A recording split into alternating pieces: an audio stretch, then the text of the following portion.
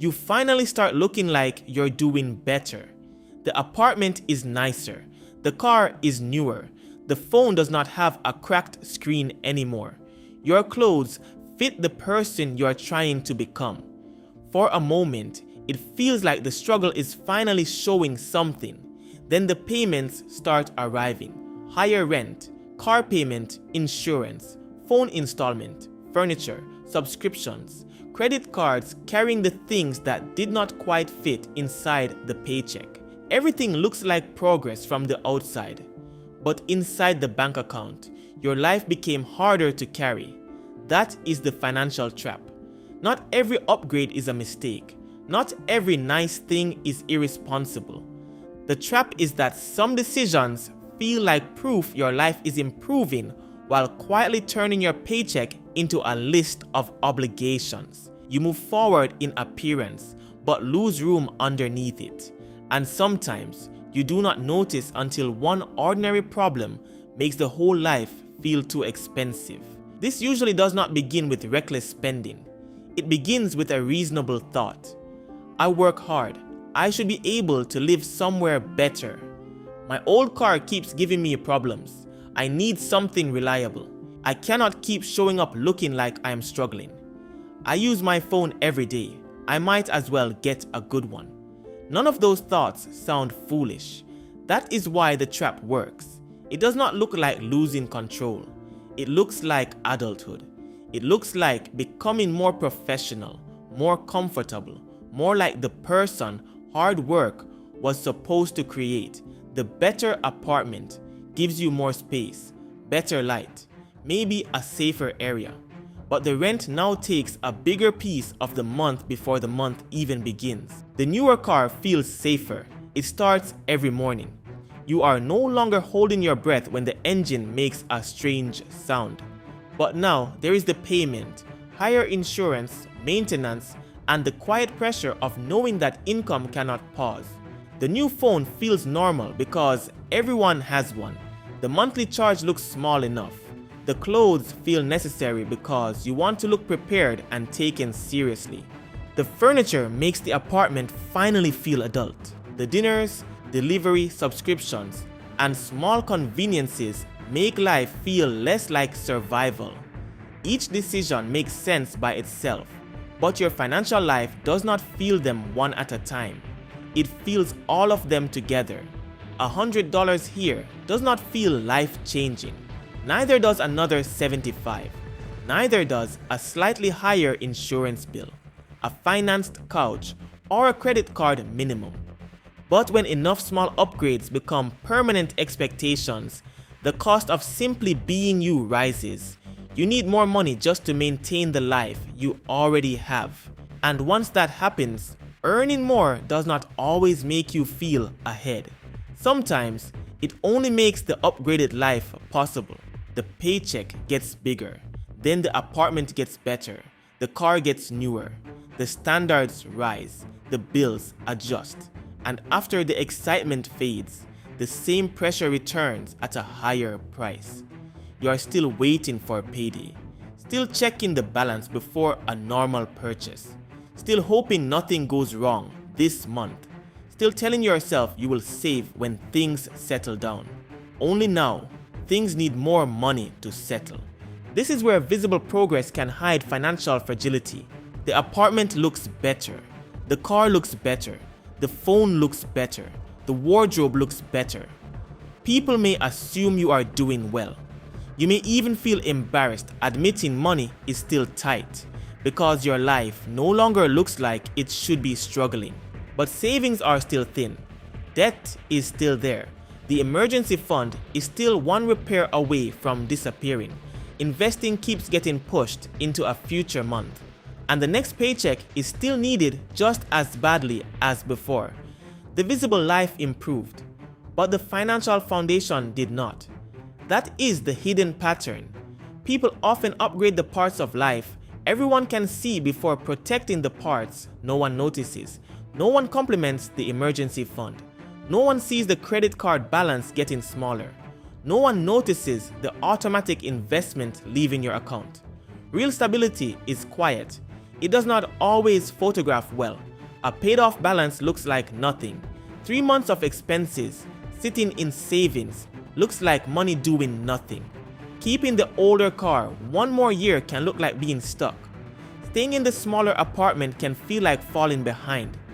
Meanwhile, the visible upgrade gives you an immediate reward. You can see it. Other people can see it. For a while, it feels like your effort finally has evidence, but evidence of success and protection from pressure are not the same thing. And the real cost is larger than the price of the upgrade. The real cost is the breathing room that disappears afterward. It is the money that no longer goes into savings, the debt payment that stays longer, the investment that never starts, the raise that becomes rent, the extra income that gets absorbed before it ever becomes security. The problem is not that you bought something nice. The problem is that the nice thing started needing future paychecks before your future had a chance to use them. Every fixed payment makes a claim on income you have not earned yet. Next month's paycheck is already expected to cover the apartment, the car, the phone, the insurance, the subscriptions, the minimums, the version of life you built when everything was going according to plan. But life does not always continue according to plan. Hours get cut, jobs change, health shifts, family needs help, cars get hit. An ordinary emergency shows up during an already expensive month.